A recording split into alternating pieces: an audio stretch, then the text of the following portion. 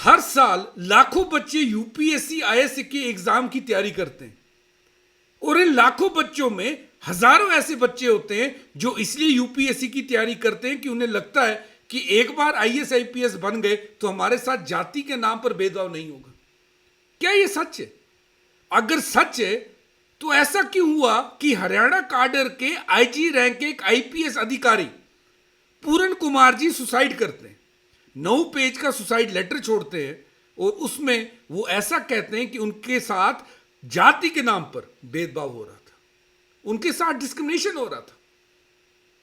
Y पूरन Kumar 2001 batch के IPS officer हैं, आंध्र प्रदेश से आते हैं और फिलहाल आईजी थे पुलिस ट्रेनिंग सेंटर रोहतक के। इनका ऐसा कहना था, अपने सुसाइड नोट पे इन्होंने मेंशन किया है कि इनके साथ जाति के नाम पर भेदभाव होता था। इन्होंने काफी ऐसी एग्जांपल्स दी कि जहां इनके साथ डिस्क्रिमिनेशन होता था, जहां इन्हें शायद इनकी कास्ट के कर वो सब नहीं मिलता था जो इनके साथ के बाकी लोगों को मिलता था। इन्होंने अपने सुसाइड लेटर में हरियाणा के टॉप आईपीएस ऑफिसर्स का नाम लिया हुआ है कि कैसे वो इनके साथ सिलेक्टिवली डिस्क्रिमिनेशन करते थे। दरअसल कुछ टाइम से ये डिस्टर्ब चल रहे थे क्योंकि इनका नाम शराब माफिया और पैसे के जो स्कैम हुआ था रिसेंट हरियाणा के, उसके केस में आया था, उसके करके थोड़ा डिस्टर्ब चल रहे थे। दरअसल हुआ यह था कि एक एसआई थे सुशील कुमार, जो पहले इनके पीएसओ थे, उनकी गिरफ्तारी होती है क्योंकि वो एक शराब बिजनेसमैन से 2.5 लाख रुपए मांग रहे थे। जब उनसे पूछताछ की गई तो उन्होंने कहा कि वो ये पैसा आईपीएस पूरन कुमार जी के लिए मांग रहे हैं। तब इनका नाम अचानक से सुर्खियों में आ गए और इन्हें, तब ये आईजी रोहतक थे, इन्हें आईजी रोहतक से ट्रांसफर किया जाता है आईजी एज ट्रेनिंग इंस्टीट्यूट रोहतक में, पुलिस ट्रेनिंग इंस्टीट्यूट रोहतक में।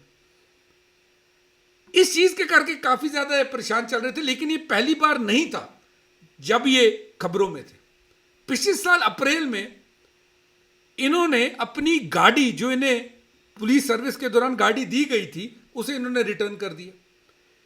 इन्होंने ये कंप्लेंट की कि ये आईजी रैंक के अधिकारी हैं और इनको वो गाड़ी नहीं मिल रही जो बाकी के इनके रैंक के आदमियों को मिल रही है, यानी डिस्क्रिमिनेशन हो रहा है, सिलेक्टिव डिस्क्रिमिनेशन इन्होंने कहा इनके साथ हो रहा है। इन्होंने एक लेटर तब हरियाणा के जो चीफ सेक्रेटरी है टीवीएसएन प्रसाद, उनको भी लिखी हुई थी। तब ये आईजी थे टेलीकम्युनिकेशन के। खाली ये नहीं, पिछले साल ही इन्होंने एक केस भी किया था, हाई कोर्ट ये चले गए थे क्योंकि 91, 96, 97 और 2005 बैच के जो आईपीएस अधिकारी थे उनकी प्रमोशन हो गई थी। इन्होंने कंप्लेंट की चीफ मिनिस्टर नायब सिंह सैनी साहब के साथ। उन्हें इन्होंने साफ साफ बताया कि जो मिनिस्ट्री ऑफ होम अफेयर्स की गाइडलाइंस है उनका उल्लंघन हुआ है इन लोगों की परमिशन करके। कोर्ट में चले जाते हैं और इन्हें इनकी प्रमोशन नहीं होती। इन्होंने इल्जाम लगाया कि इनके साथ डिस्क्रिमिनेशन हो रही है। खाली यही नहीं, उन सब लोग, इनके अनुसार बाकी आईपीएस लोग जिनकी प्रमोशन हुई उनको एडवांस में इंक्रीमेंट दिए गए और इनकी इंक्रीमेंट रोके गए थे। भले ही बाद में जो उनका एडवांस, जिन लोगों का एडवांस इंक्रीमेंट दिया गया था उस पर भी रोक लग गई थी, लेकिन इन्होंने उस मसले में भी हाई कोर्ट जाकर अपील की थी। इनका ऐसा कहना था कि यह सब इनके साथ इसलिए हो रहा है क्योंकि इनके साथ जाति के नाम पर भेदभाव किया जा रहा है। और इन्होंने साफ साफ पुलिस अधिकारियों से यह बात कही हुई थी, ये कोर्ट तक जा चुके थे।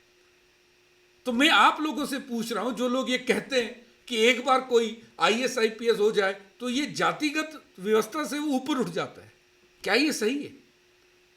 अगर सही है तो ये आईपीएस अधिकारी को इतना सारा झेलना क्यों पड़ा केवल अपनी जात के नाम पर?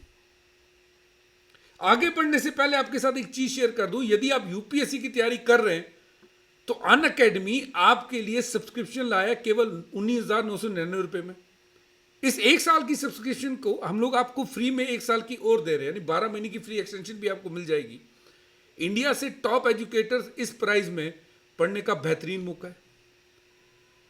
हम लोग एक निश्चित 2026 बैच भी लेके आए हैं, जो केवल 9,999 रुपये का है, जो मेंस ओरिएंटेड बैच है, जिन लोगों को लगता है कि उनका प्रीलिम्स की तैयारी हो चुकी है उनके लिए। और जो हमारी सब्सक्रिप्शन लेंगे 1 साल से ऊपर की, उनको ये निश्चय बैच फ्री में मिलेगा।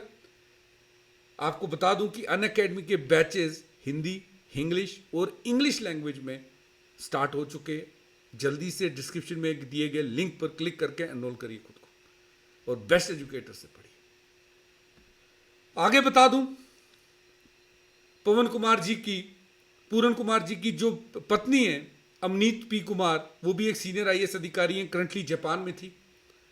उनको कहते हैं कि व्हाट्सएप करके इन्होंने सुसाइड नोट भेजा हुआ था। पहले कॉल भी की लेकिन वो कॉल उठा नहीं पाई। बहुत ही ज्यादा एक झंझोरने वाली सिचुएशन है ये पूरी आईपीएस फ्रेटर्निटी के लिए। ऐसा भी कहा जा रहा है कि पुलिस अभी, अगर आप देखेंगे जितनी भी प्रेस कॉन्फ्रेंस हो रही है, सुसाइड नोट के ऊपर कुछ नहीं बोल रही है। लेकिन पूरन कुमार जी ने सुसाइड नोट अपनी वाइफ और कुछ दोस्तों को भेजा है, क्योंकि सुसाइड नोट में बड़े आईएएस आईपीएस अधिकारी का नाम है। इसीलिए पुलिस अभी इस पे नाम नहीं ले रही, कुछ कह नहीं रही।